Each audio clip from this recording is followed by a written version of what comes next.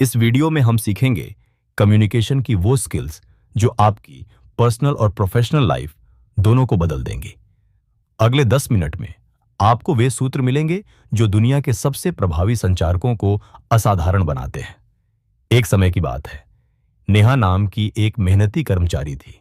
वह अपनी कंपनी में सबसे ज्यादा काम करने वाली थी, लेकिन हर प्रमोशन उसके हाथ से फिसल जाता था। क्यों? क्योंकि जब मीटिंग में बोलने का मौका आता तो वह चुप हो जाती। उसे डर लगता था कि कहीं वह कुछ गलत न कह दे। यह डर न जाने कितने लोगों को पीछे खींचता है। लेकिन एक दिन नेहा ने संचार कौशल पर एक किताब पढ़ी और उसके बाद उसकी जिंदगी बदल गई। आज हम उसी यात्रा पर चलेंगे। तो चलिए पहले अध्याय से शुरू करते हैं, सुनने की कला। पहला अध्याय, सुनने की कला, द आर्ट ऑफ लिसनिंग। संचार का पहला नियम है सुनो। लेकिन क्या हम सच में सुनते हैं?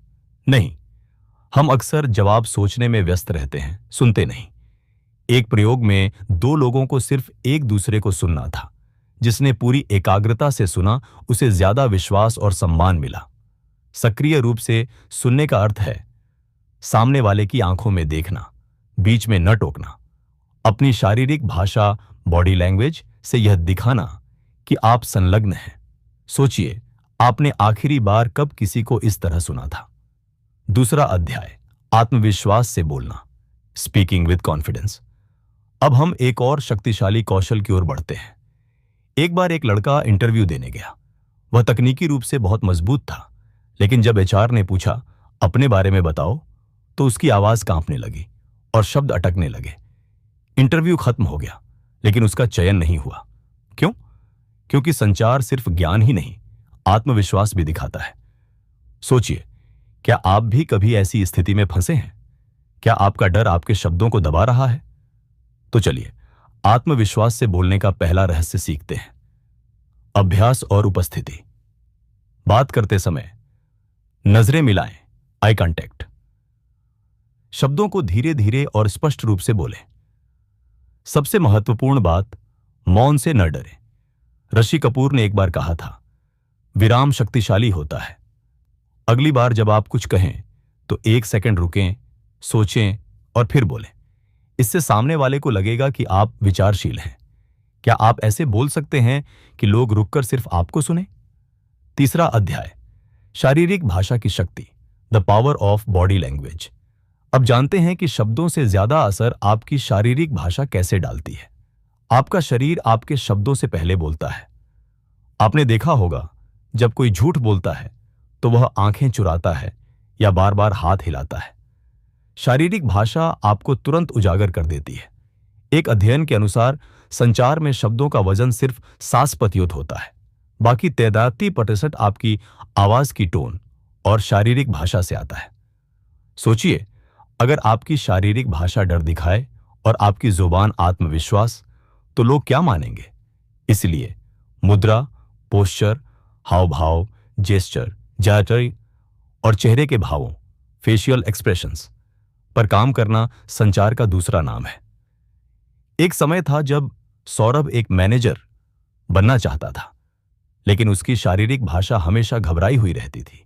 झुकी हुई कमर, हिले हुए हाथ और कमजोर आई कांटेक्ट। फिर उसने एक छोटा सा बदलाव किया। उसने दर्पण अभ्यास, मिरर प्रैक्टिस शुरू की। रोज 10 मिनट वह खुद से बात करता, अपने हाथों को नियंत्रित करता, मुस्कुराता और 30 दिन बाद वह आत्मविश्वासी दिखने लगा। याद रखें, शारीरिक भाषा मांसपेशियों की स्मृति, मसल मेमोरी से बदलती है। आप जैसा दिखते हैं वैसा ही महसूस करने लगते हैं। चौथा अध्याय, मुखरता, असर्टिवनेस। अब चलते हैं एक ऐसे विषय की ओर जो हर इंसान को चाहिए, मुखरता, असर्टिवनेस। मुखरता का मतलब होता है बिना किसी को नीचा दिखाए अपने दिल की बात कहना। अक्सर लोग 2 चरम सीमाओं में फंस जाते हैं, या तो वे दब जाते हैं या आक्रामक हो जाते हैं। लेकिन मुखर होना मतलब होता है सम्मानपूर्वक ना कहना आना। जैसे, मैं आपकी बात समझता हूं, लेकिन मेरा नजरिया अलग है। सोचिए, कितनी बार आपने दिल पर बोझ रखकर हां कहा है और बाद में पछताया है? अब समय है सीमाएं निर्धारित करने का, क्योंकि आप जो अनुमति देते हैं वही जारी रहता है। एक बार रजत ने अपने बॉस से ओवरटाइम के लिए ना कह दिया, विनम्र लेकिन दृढ़ता से। बॉस पहले चौंके, फिर कहा, मैं आपकी ईमानदारी की सराहना करता हूं, और यही है मुखरता की ताकत। वह आपको मजबूती देती है और सम्मान भी। अगली बार जब आपको लगे कि कुछ कहना है लेकिन डर है, तो उस डर को पहचानिए, गहरी सांस लीजिए और शांत होकर बोलिए। मुखरता यह नहीं कहती कि लड़ाई करो, बल्कि अपनी मूल्य वैल्यू दिखाओ। 5वां अध्याय, संघर्ष समाधान, कॉन्फ्लिक्ट रेजोल्यूशन। अब हम उस चुनौती पर आ रहे हैं जो हर रिश्ते में आती है, संघर्ष समाधान। संघर्ष, चाहे ऑफिस में हो या घर में, अपरिहार्य है, लेकिन यह आपकी संचार कौशल ही होती है जो तय करती है कि वह संघर्ष बिगड़ेगा या सुधरेगा। एक छोटी सी कहानी। 2 सहकर्मियों का झगड़ा क्लाइंट के सामने हुआ। दोनों चिल्लाए, एक दूसरे पर दोष लगाया और क्लाइंट ने कॉन्ट्रैक्ट रद्द कर दिया। अब सोचिए, अगर उनमें से कोई एक शांत होकर कहता, आइए मीटिंग के बाद बात करते हैं, तो क्या परिणाम बदल जाता?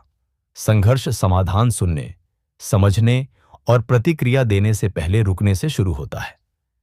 जब भी झगड़ा हो, पहली प्रवृत्ति होती है खुद को सही साबित करना, लेकिन एक कुशल संचारक जानता है कि संघर्ष जीतने की नहीं, समझने की कोशिश है। अगली बार जब आप बहस में फंसें, तो एक सवाल पूछें, मैं क्या चूक रहा हूं? यह सवाल सामने वाले को सोचने पर मजबूर करेगा और बातचीत की दिशा बदल देगा। और जब आप सामने वाले के नजरिए को समझते हैं, तो विश्वास बढ़ता है। 6ठा अध्याय, भावनात्मक बुद्धिमत्ता, इमोशनल इंटेलिजेंस। अब आते हैं उस कौशल पर जो सबका दिल जीत लेती है, संचार में भावनात्मक बुद्धिमत्ता, इमोशनल इंटेलिजेंस, ईक्यू। भावनात्मक बुद्धिमत्ता यानी अपने और दूसरों की भावनाओं को पहचानना और प्रबंधित करना। मान लीजिए कोई आपको गुस्से में कुछ कह दे। अगर आप भी गुस्से में जवाब देते हैं तो बात बिगड़ती है, लेकिन अगर आप रुककर सोचें, यह इंसान इतना प्रतिक्रिया क्यों कर रहा है, तो आप उसकी भावना को समझते हैं और उसका सम्मान पाते हैं। एक शोध के अनुसार उच्च ईक्यू वाले लीडर्स अपनी टीम से ज्यादा वफादारी और प्रदर्शन प्राप्त करते हैं। सवाल यह है, क्या आप अपने शब्दों से दिल छू सकते हैं? रिया एक शिक्षिका थी, लेकिन कक्षा में अक्सर बच्चे ध्यान नहीं देते थे। फिर उसने एक छोटा सा बदलाव किया। वह बच्चों की भावनाओं को समझने लगी। क्यों परेशान हो, क्या हुआ? और धीरे धीरे बच्चे उसकी बातें सुनने लगे। भावनात्मक बुद्धिमत्ता संचार में सहानुभूति, एम्पैथी लाती है, और सहानुभूति संबंध बनाती है। तो अगली बार जब कोई चुप हो, सिर्फ सवाल न पूछें, महसूस करिए। 7वां अध्याय, क्रॉस कल्चरल संचार, क्रॉस कल्चरल कम्युनिकेशन। और अब बात करते हैं एक ऐसी स्किल की जो आज के वैश्विक युग में हर किसी को चाहिए, क्रॉस कल्चरल संचार। कल्पना कीजिए, एक जापानी क्लाइंट और एक भारतीय सेल्समैन की मीटिंग है। जापानी क्लाइंट हर बात पर हम्म करता है, जबकि भारतीय सोचता है कि वह अरुचि दिखा रहा है, और गलतफहमी यहीं से शुरू होती है। क्रॉस कल्चरल संचार का मतलब है दूसरों के सांस्कृतिक मानदंडों को समझना। कुछ संस्कृतियां सीधी होती हैं, कुछ अप्रत्यक्ष। कुछ आंख से संपर्क, आई कांटेक्ट को सम्मान मानते हैं, कुछ अनादर। इसलिए वैश्विक दुनिया में जुड़ने के लिए सांस्कृतिक जागरूकता एक अत्यावश्यक कौशल है। 8वां अध्याय, सार्वजनिक भाषण, पब्लिक स्पीकिंग। अब बढ़ते हैं उस डर की तरफ जो सबको डराता है, सार्वजनिक भाषण, पब्लिक स्पीकिंग। स्टेज पर खड़े होकर बोलना। यह सुनते ही दिल की धड़कन तेज हो जाती है, हाथ कांपने लगते हैं। ऐसा सभी के साथ होता है। वॉरेन बफेट ने खुद माना कि उनका सबसे बड़ा डर सार्वजनिक भाषण था, लेकिन उन्होंने एक कोर्स किया, अभ्यास किया, और आज वे दुनिया के सबसे सम्मानित वक्ताओं में गिने जाते हैं। इसीलिए याद रखिए, अच्छे वक्ता पैदा नहीं होते, अभ्यास से बनते हैं। अब हम जानेंगे वह सूत्र जिससे आप भी स्टेज पर चमक सकते हैं। तो तैयार हैं? चलिए शुरू करते हैं। सार्वजनिक भाषण की तैयारी। सार्वजनिक भाषण की शुरुआत होती है तैयारी से। जब आप स्टेज पर जाते हैं, तो सबसे पहले आपका दिमाग नहीं, आपकी ऊर्जा बोलती है। अपनी स्पीच को स्क्रिप्ट की तरह याद मत कीजिए, बल्कि समझिए, अपने शब्दों को महसूस कीजिए। स्टीव जॉब्स जब प्रेजेंटेशन देते थे, तो वह रिहर्सल में घंटों बिताते थे। हर ठहराव, हर स्लाइड, हर हाव भाव तक तय होता था, और जब वह स्टेज पर आते तो लगता वे दिल से बोल रहे हैं। यही फर्क है प्रस्तुति, प्रेजेंटेशन और प्रदर्शन पर ही इस आदि परफॉर्मेंस में। 9वां अध्याय, दर्शकों को संलग्न करना, एंगेजिंग द ऑडियंस। अब जानते हैं दर्शकों को कैसे संलग्न करें। आपकी आवाज की टोन आपके शब्दों से कहीं ज्यादा असरदार होती है। एक साधारण धन्यवाद को अगर आप मुस्कान के साथ कहें तो सामने वाला खुश होता है, लेकिन वही धन्यवाद अगर आप बिना भाव, थकी हुई टोन में कहें तो विपरीत असर होता है। इसी तरह हाव भाव, जेस्चर्स, हाथों का मूवमेंट, चेहरा, शारीरिक मुद्रा, बॉडी पोस्चर सब मिलकर आपके संदेश को ताकत देते हैं। कभी दर्पण के सामने अभ्यास कीजिए। एक ही वाक्य को अलग अलग टोन और हाव भाव के साथ बोलिए, आपको अंतर महसूस होगा। 10वां अध्याय, वास्तविक जीवन का अभ्यास, रियल लाइफ प्रैक्टिस। अब बढ़ते हैं वास्तविक जीवन के अभ्यास की तरफ। दर्शकों को संलग्न करने के लिए कहानी सुनाना, स्टोरी टेलिंग जरूरी है। सिर्फ तथ्यों से लोग ऊब जाते हैं, लेकिन एक अच्छी कहानी उन्हें जोड़े रखती है। सोचिए, जब आप किसी दोस्त को कोई मजेदार घटना सुनाते हैं तो भाव बदलते हैं, हाथ हिलते हैं, उत्साह आता है। वही जादू स्टेज पर चाहिए। शुरुआत एक सवाल से करें, क्या आपके साथ कभी ऐसा हुआ है?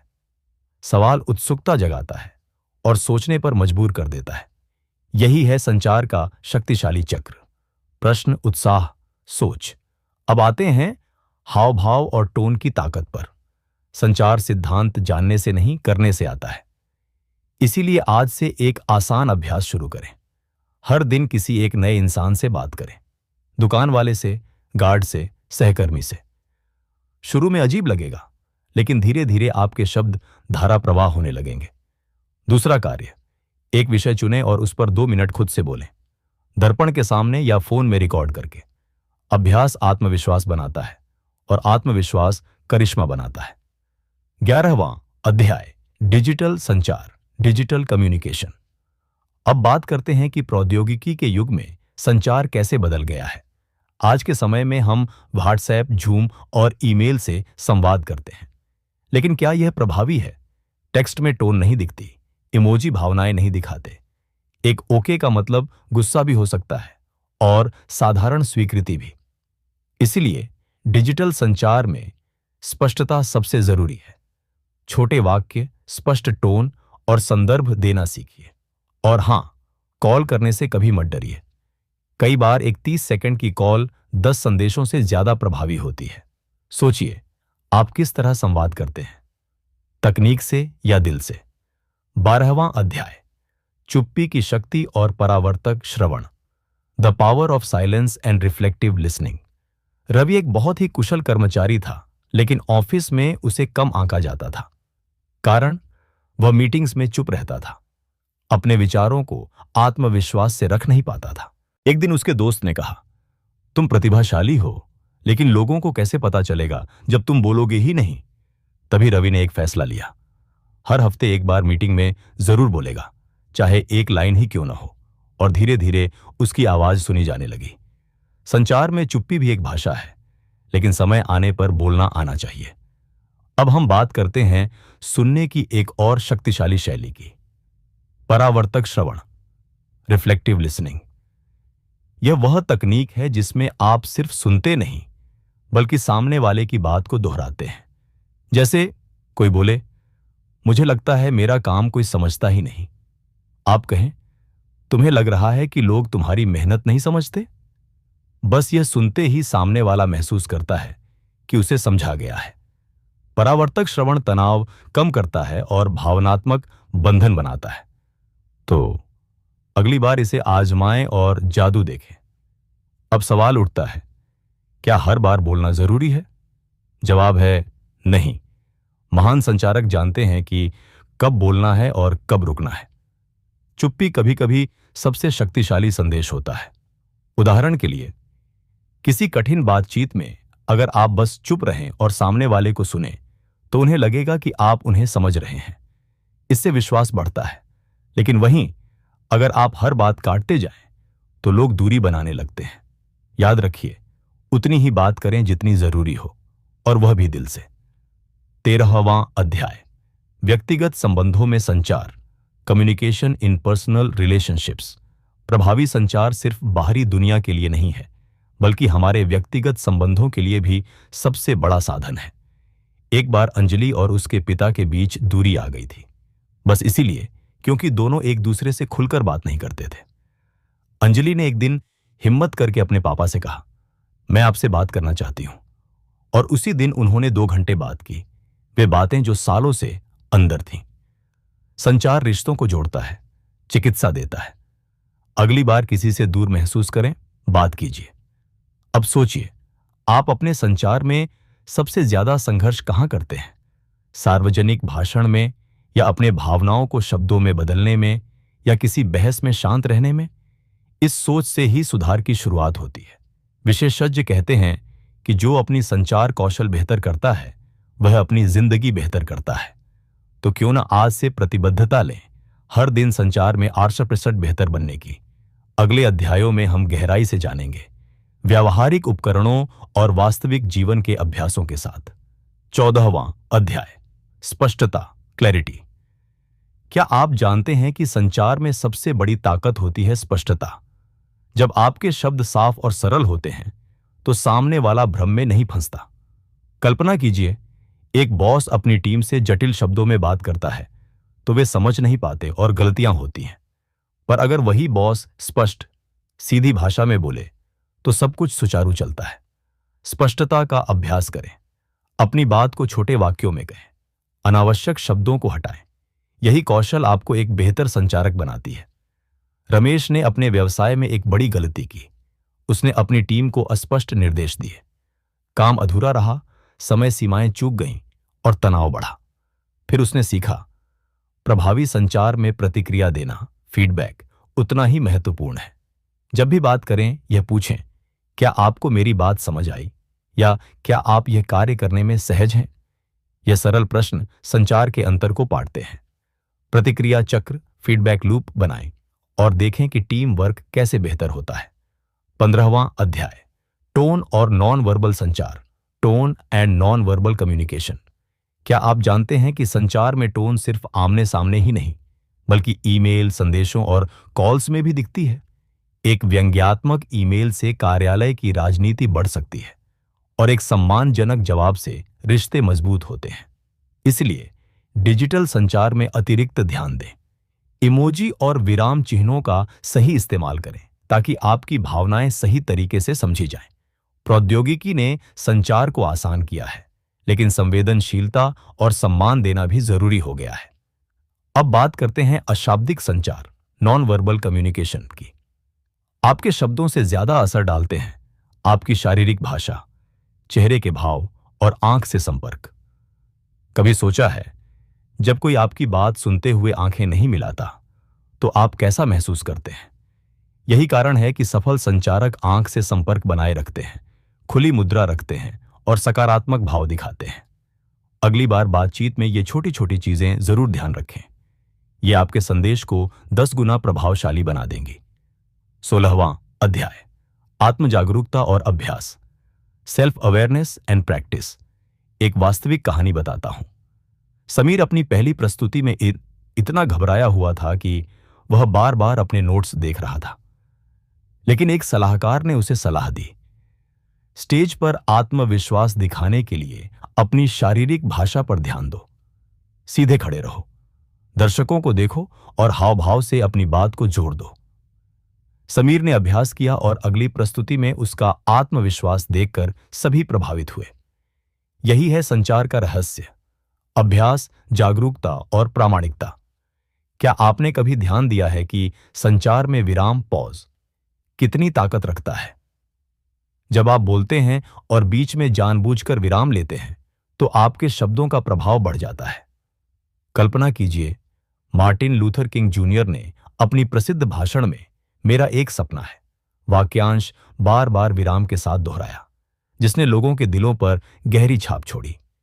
विराम सुनने वालों को सोचने का मौका देता है और आपकी बात पर जोर डालता है। अगली बार बोलते समय जानबूझकर विराम जरूर आजमाएं। 17वां अध्याय, मुखरता में संतुलन और संघर्ष समाधान, balance in assertiveness and conflict resolution. मुखरता की सबसे बड़ी चुनौती सही संतुलन बनाना है। कभी कभी लोग डरते हैं कि अगर वे मुखर होंगे तो सामने वाले को नुकसान होगा या वे नाराज हो जाएंगे। लेकिन सही मुखरता से आप न केवल अपनी बात रखते हैं बल्कि सामने वाले की भावनाओं का भी सम्मान करते हैं। सोचिए, अगर हर बातचीत में आप खुद का मूल्य बताएंगे और दूसरों की भी सुनेंगे तो कितनी सकारात्मक संबंध बनेंगे। इस संतुलन को सीखना हर सफल संचारक की निशानी है। एक बार नेहा अपने बॉस से पदोन्नति मांगने गई, लेकिन घबराहट के कारण उसकी बात अधूरी रह गई।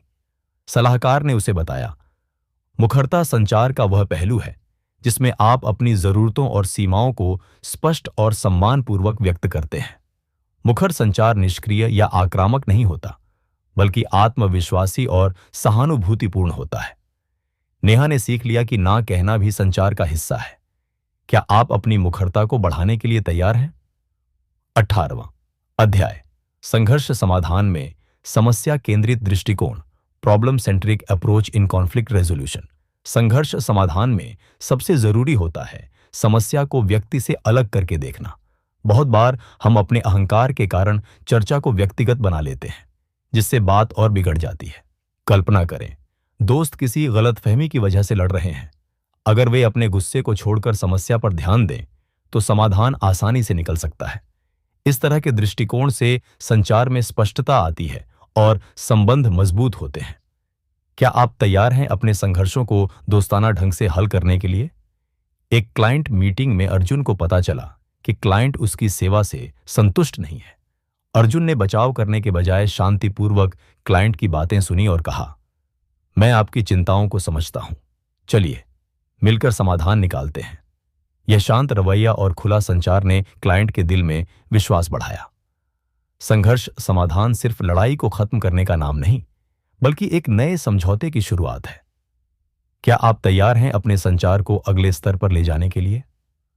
19वां अध्याय, ईक्यू और सहानुभूति का महत्व, importance of EQ and empathy.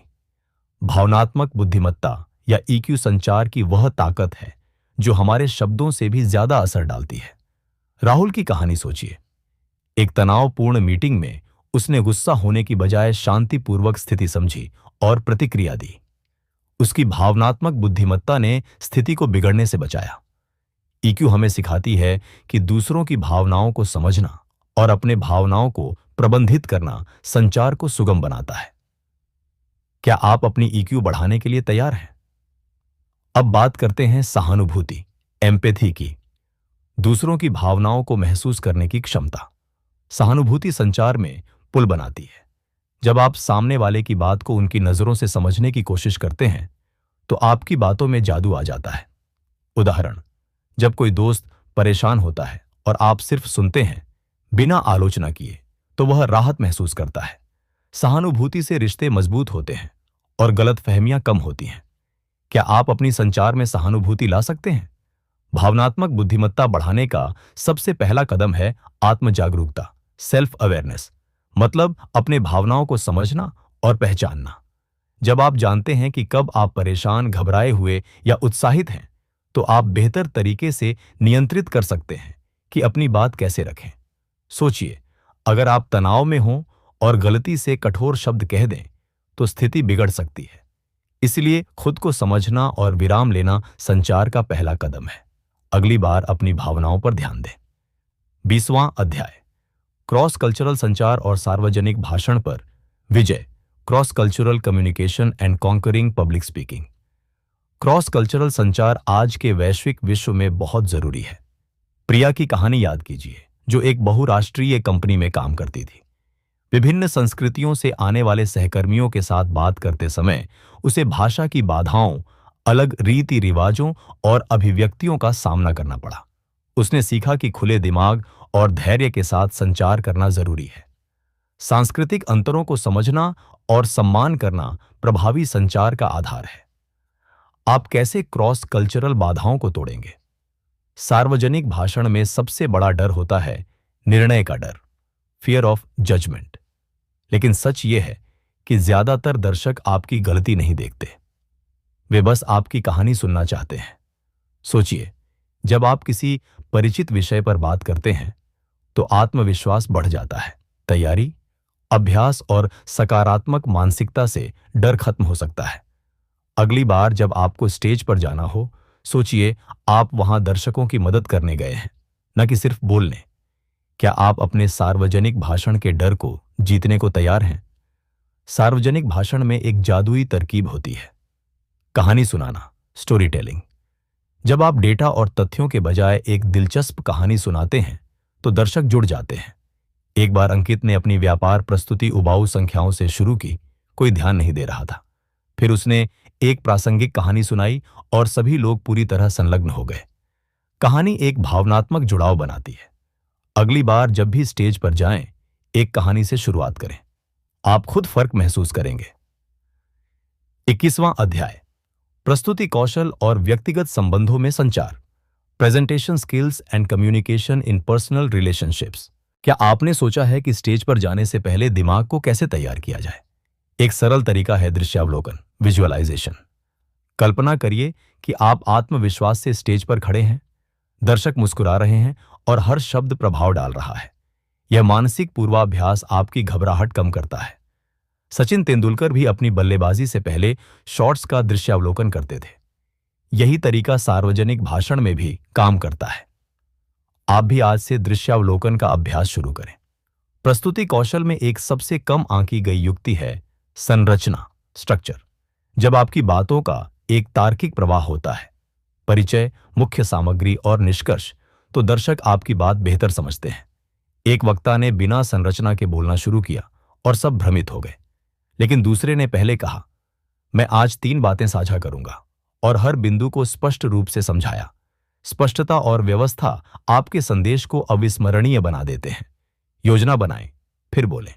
22वां अध्याय, कार्यस्थल संचार और प्रौद्योगिकी का प्रभाव, workplace communication and the impact of technology. अब बात करते हैं व्यक्तिगत संबंधों में संचार की। एक बार रतु और उसके पापा के बीच गलतफहमी हो गई, बस इसलिए क्योंकि दोनों ने ठीक से एक दूसरे की बात नहीं सुनी। जब दोनों ने शांति से बैठकर भावनाएं व्यक्त की तो हर भ्रम साफ हो गया। व्यक्तिगत संबंधों में संचार का मतलब सिर्फ बोलना नहीं, बल्कि भावनाओं को ईमानदारी और सम्मानपूर्वक साझा करना है। किसी अपने को कॉल करके पूछिए, तुम सच में कैसे हो? व्यक्तिगत संबंधों में एक और सुनहरा नियम है, समझने के लिए सुनो, जवाब देने के लिए नहीं। अक्सर हम सुनते कम हैं और जवाब ज्यादा सोचते हैं। इससे बातचीत की गहराई खत्म हो जाती है। एक बार प्रिया की दोस्त परेशान थी और प्रिया सिर्फ सुझाव दे रही थी, लेकिन दोस्त को बस चाहिए था कि कोई उसकी भावनाओं को समझे। जब प्रिया ने सिर्फ चुप रहकर सुना, दोस्त का दिल हल्का हो गया। कभी कभी चुप्पी ही सबसे अच्छा जवाब होता है। अब चलते हैं कार्यस्थल संचार की ओर। जब ऑफिस में सहकर्मी स्पष्ट रूप से संवाद नहीं करते तो कार्य में देरी होती है और निराशा बढ़ती है। एक बार एक ईमेल में सिर्फ इतना लिखा था, इस कार्य को जल्दी पूरा करो। परिणाम, कर्मचारी भ्रमित था कि समय सीमा क्या है, अपेक्षाएं क्या हैं। पेशेवर सेटिंग में स्पष्टता, टोन और पूर्णता बहुत जरूरी है। प्रभावी संचार उत्पादकता और संबंधों दोनों को बढ़ाता है। प्रौद्योगिकी ने संचार को आसान किया है, लेकिन जटिल भी। व्हाट्सएप, झूम और ईमेल ने तत्काल संपर्क तो दिया, लेकिन विकर्षण और गलतफहमियां भी बढ़ीं। एक बार समीर ने एक संदेश को गलत समझकर अपने दोस्त से झगड़ा कर लिया। सीख, टोन को हमेशा टेक्स्ट में पढ़ा नहीं जा सकता। इसीलिए कभी महत्वपूर्ण बात हो तो फोन कॉल या आमने सामने बात करें। सही माध्यम चुनना संचार का एक बड़ा हिस्सा है। कार्यस्थल में एक और जरूरी कौशल है ईमेल शिष्टाचार, ईमेल एटिकेट। सोचिए, एक ईमेल में सिर्फ बड़े अक्षरों में लिखा हो, यह अभी देखें, तो सामने वाला डर जाएगा या नाराज हो जाएगा। इसलिए ईमेल में उचित अभिवादन, स्पष्ट विषय और सम्मानजनक टोन का उपयोग करना संचार को सुचारू बनाता है। एक छोटी सी पंक्ति, आपके समय के लिए धन्यवाद, आपकी छवि को पेशेवर और सम्मानजनक बनाती है। क्या आप भी आज से अपनी ईमेल कौशल में सुधार करेंगे? 23वां अध्याय, प्रासंगिकता और इरादा, रेलेवेंस एंड इंटेंट। संचार में आज सबसे बड़ी चुनौती है अतिभार, ओवरलोड। इतना सामग्री, इतनी जानकारी कि लोग सुनते नहीं, स्क्रॉल कर जाते हैं। ऐसे में आपकी बात का असर कैसे हो? सरल, इसे प्रासंगिक, भावनात्मक और मूल्यवान बनाएं। जब आप किसी की जरूरत से जुड़ी बात करते हैं तो वह ध्यान से सुनते हैं। जैसे एक छोटा संदेश, मैं यहां हूं, अगर आपको बात करनी हो, किसी अवसादग्रस्त व्यक्ति की जान बचा सकता है। आपके शब्दों में ताकत है, बुद्धिमानी से उपयोग करें।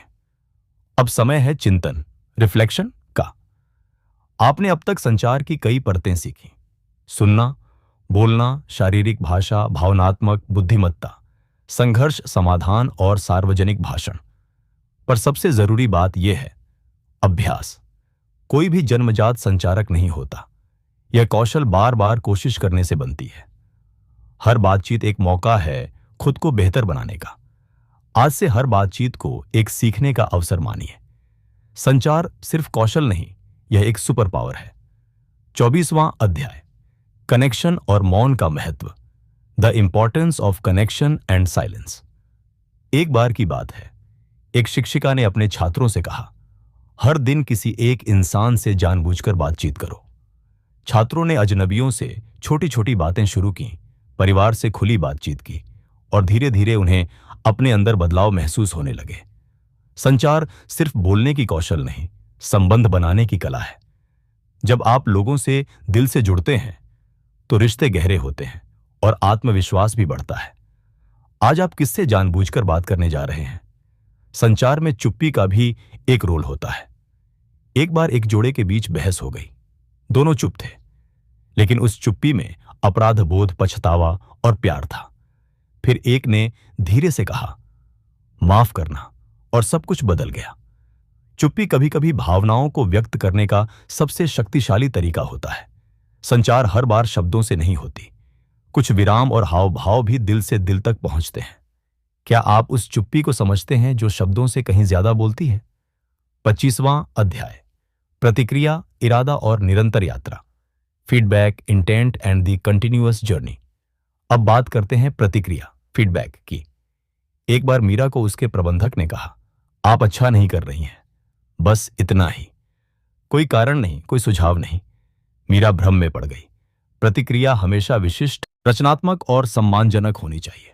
अगर आप चाहते हैं कि सामने वाला सुधरे तो उसे बताएं कि क्या ठीक नहीं था, क्यों नहीं था, और कैसे सुधारा जा सकता है। संचार में प्रतिक्रिया एक उपहार है, इसे विचारशील बनाएं। संचार सिर्फ शब्दों की नहीं, इरादे, इंटेंट की भी होती है। एक ही बात, तुमने यह क्यों किया, और क्या हम बात कर सकते हैं? दोनों का असर बहुत अलग होता है। इरादा अगर आलोचनात्मक है तो सामने वाला बचाव करेगा, लेकिन इरादा अगर समझने वाला है तो बात बनती है। जब आप वास्तविक जिज्ञासा और सम्मान के साथ बात करते हैं तो संचार स्वाभाविक प्रवाह में होता है। अगली बार कुछ कहने से पहले सोचिए, मेरा इरादा क्या है? संचार एक जीवन भर की यात्रा है। इसमें कभी विराम नहीं आता, क्योंकि हर इंसान, हर स्थिति अलग होती है। पर जितना अभ्यास करेंगे उतना जुड़ाव, स्पष्टता और आत्मविश्वास बढ़ेगा। रोज एक छोटी चीज पर काम कीजिए, चाहे वह बेहतर सुनना हो, शांति से जवाब देना हो, या शारीरिक भाषा पर ध्यान देना हो। संचार आपकी सोच, रिश्तों और करियर को बदल सकती है। क्या आप इस यात्रा को गंभीरता से लेंगे? अंतिम अभ्यास, चुनौती स्वीकार करें, एक्सेप्ट द चैलेंज। चलो अब एक संचार प्रयोग करते हैं। आज जब आप किसी से बात करें तो उसे बिना बाधित किए पूरी बात कहने दें। फिर एक पल रुकें और जवाब सोच कर दें। आप पाएंगे कि बातचीत का स्तर ही बदल गया है। हम जितना ध्यान से सुनते हैं उतना ही असरदार जवाब दे पाते हैं। यह छोटा सा बदलाव आपकी संचार को अगले स्तर पर ले जा सकता है। तो आज ही कोशिश करके देखिए, क्या फर्क महसूस हुआ? क्या आपने कभी दर्पण अभ्यास, मिरर प्रैक्टिस किया है? दर्पण के सामने खड़े होकर बोलना। यह तरीका आपकी शारीरिक भाषा, टोन और आत्मविश्वास को निखारता है। बराक ओबामा जैसे महान वक्ता भी अपने भाषणों का ऐसे अभ्यास करते हैं। यह अजीब लग सकता है, पर परिणाम आपको खुद हैरान कर देगा। दर्पण आपको प्रतिक्रिया देता है, आपके हाव भाव और अभिव्यक्तियों को समझाता है। आप भी आज से 5 मिनट रोज दर्पण के सामने बोलना शुरू करें। संचार में एक और मजबूत साधन है, सही प्रश्न पूछना। एक बार एक सलाहकार ने अपने छात्र से सिर्फ 3 सवाल पूछे। तुम क्या चाहते हो, क्यों चाहते हो और कब से शुरू करोगे? और छात्र की पूरी जिंदगी में स्पष्टता आ गई। सवाल सोचने पर मजबूर करते हैं। जब आप दूसरों से शक्तिशाली प्रश्न पूछते हैं तो आप उनकी जिंदगी में स्पष्टता और दिशा लाते हैं। क्या आपने खुद से भी कभी ऐसे सवाल पूछे हैं? आपकी आवाज आपकी पहचान है। आवाज में उतार चढ़ाव, वॉइस मॉड्यूलेशन, मतलब टोन को सही जगह ऊपर नीचे करना, संचार को आकर्षक बनाता है। एक नीरस सपाट आवाज से शक्तिशाली बात भी उबाऊ लगती है, लेकिन अगर भावना के साथ बोला जाए तो हर बात दिल तक जाती है। अभ्यास करें, विराम लेने का, जरूरी शब्दों पर जोर डालने का और स्वाभाविक टोन में बोलने का। आपकी आवाज से ही लोग तय करते हैं क्या इस इंसान को गंभीरता से लेना चाहिए। संचार कौशल एक टूल किट है और आपने इस वीडियो में हर उपकरण को जाना है। सक्रिय श्रवण, शारीरिक भाषा, सार्वजनिक भाषण, सहानुभूति, भावनात्मक बुद्धिमत्ता, मुखरता और भी बहुत कुछ। अब यह टूलकिट आपके पास है। फर्क बस अभ्यास और जागरूकता का है। हर बातचीत एक नया मौका है बेहतर संचारक बनने का। याद रखिए, आप जैसे संवाद करते हैं वैसे ही लोग आपको समझते हैं।